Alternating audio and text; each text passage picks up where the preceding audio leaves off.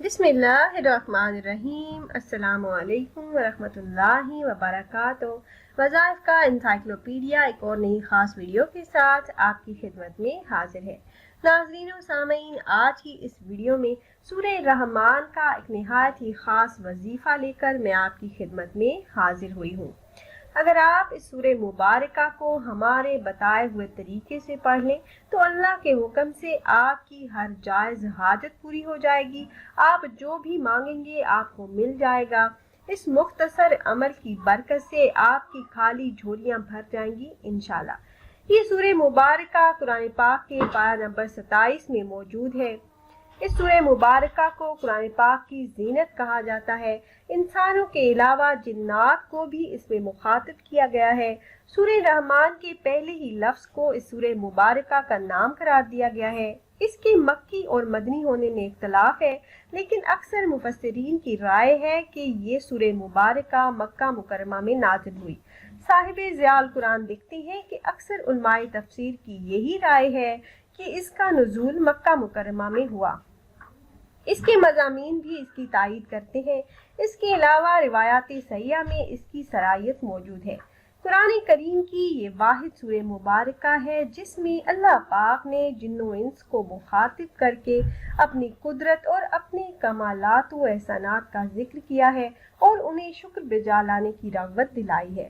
اس سورہ مبارکہ میں ایک ایک چیز کو بیان کر کے جن و انس سے سوال کیا گیا ہے کہ تم اپنے رب کی کون کون سی نعمتوں کو جھٹلاؤ گے، اور یہ آیت فَبِأَيِّ آلَاءِ رَبِّكُمَا تُكَذِّبَانِ 31 مرتبہ آئی ہے۔ سورہ رحمان حسن عبارت اور حسن طرز کے لحاظ سے قرآن پاک کی زینت ہے۔ اس سورہ مبارکہ کی تلاوت میں ایسا اثر ہے کہ سننے والے پر بے حد خاموشی اور رقت طاری ہو جاتی ہے، کیونکہ تفسیر ابن کثیر میں لکھا ہے کہ یہ سورہ مبارکہ اپنے حسن عبارت اور عمدہ طرز ادائیگی میں دلہن کی طرح آراستہ و پیراستہ اور مزین ہے۔ جب حضور اکرم صلی اللہ علیہ وآلہ وسلم نے صحابہ کرام رضی اللہ تعالیٰ عنہ کے سامنے اس سورہ مبارکہ کی تلاوت کی تو صحابہ رضی اللہ تعالیٰ عنہ خاموش رہے۔ اس پر رسول اکرم صلی اللہ علیہ وآلہ وسلم نے فرمایا، تم سے اچھے تو جن تھے جب بھی میں ان کے سامنے فَبِأَيِّ آلَاءِ رَبِّكُمَا تُكَذِّبَانِ پڑھتا تو وہ کہتے کہ تیری کسی نعمت کی ہم ناشکری نہیں کرتے۔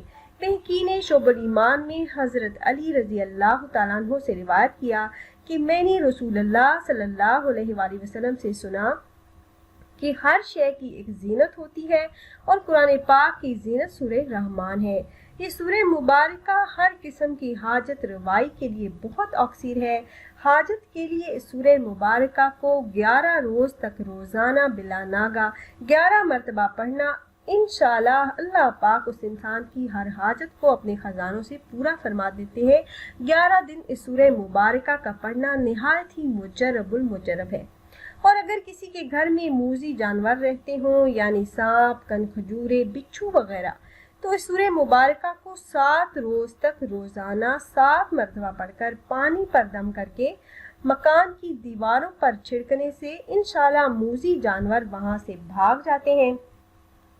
اس سورہ مبارکہ کو پڑھنے سے، بلا ناغہ تلاوت کرنے سے گھر میں، کاروبار میں برکتیں آتی ہیں۔ اس سورہ مبارکہ کی تلاوت سننے سے گھر سے جادو، جنات اور مہلک امراض سے نجات مل جاتی ہے، مشکلات سے نجات مل جاتی ہے، اور کوئی بھی نیا کام شروع کرنے سے پہلے 8 دن اس سورہ مبارکہ کی تلاوت کرنے سے اس کام، اس مقصد میں اللہ پاک کامیابیاں عطا فرماتے ہیں۔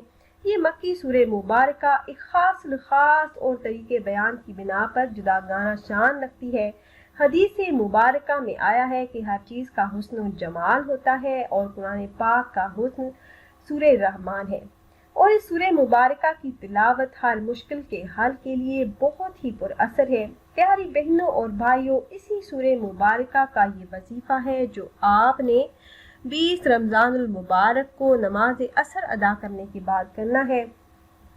ہر قسم کی جائز حاجتوں کے پورا ہونے اور دعاؤں کی قبولیت کے لیے نہایت ہی مجرب المجرب وظیفہ ہے۔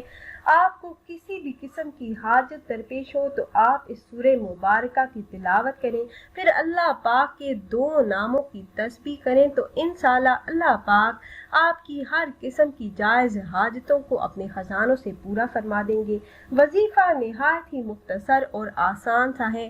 آپ نے وظیفہ اس طرح سے کرنا ہے کہ جب آپ نماز عصر ادا کر لیں تو آپ نے وہیں جائے نماز پر بیٹھے رہنا ہے۔ اول آپ نے 7 مرتبہ درود پاک پڑھنا ہے۔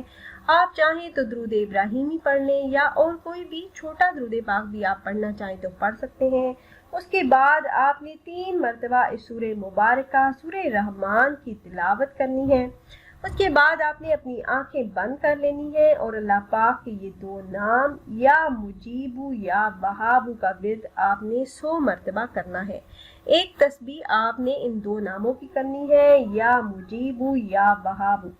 آخر میں درود پاک پڑھ کر آپ نے اللہ پاک سے دعا کرنی ہے۔ آپ کی تمام حاجتیں اس عمل کو کرنے کی برکت سے پوری ہو جائیں گی، رزق کے مسائل حل ہو جائیں گے، کاروبار میں ترقی ملے گی۔ اللہ پاک آپ کی جھولیوں کو اس عمل کی برکت سے ضرور بھر دیں گے انشاءاللہ۔ تو خود بھی یہ وظیفہ کیجیے گا اور اپنے دوست و احباب کے ساتھ بھی ضرور شیئر کیجیے گا تاکہ زیادہ سے زیادہ مسلمان اس عمل سے فائدہ اٹھا سکیں۔ اور اگر آپ احباب یہ مجرب وظیفہ کرنا چاہ رہے ہیں تو ہماری اس ویڈیو کے نیچے کمنٹ باکس میں اپنا نام ضرور تحریر کیجیے گا۔ آپ کمنٹ باکس میں اپنا نام تحریر کرتے ہیں تو ہم اپنے علماء کرام سے گزارش کرتے ہیں کہ وہ آپ کے مسائل کے حل کے لیے اور عمل میں کامیابی کے لیے خصوصی طور پر آپ کا نام لے کر آپ کے لیے دعا کریں۔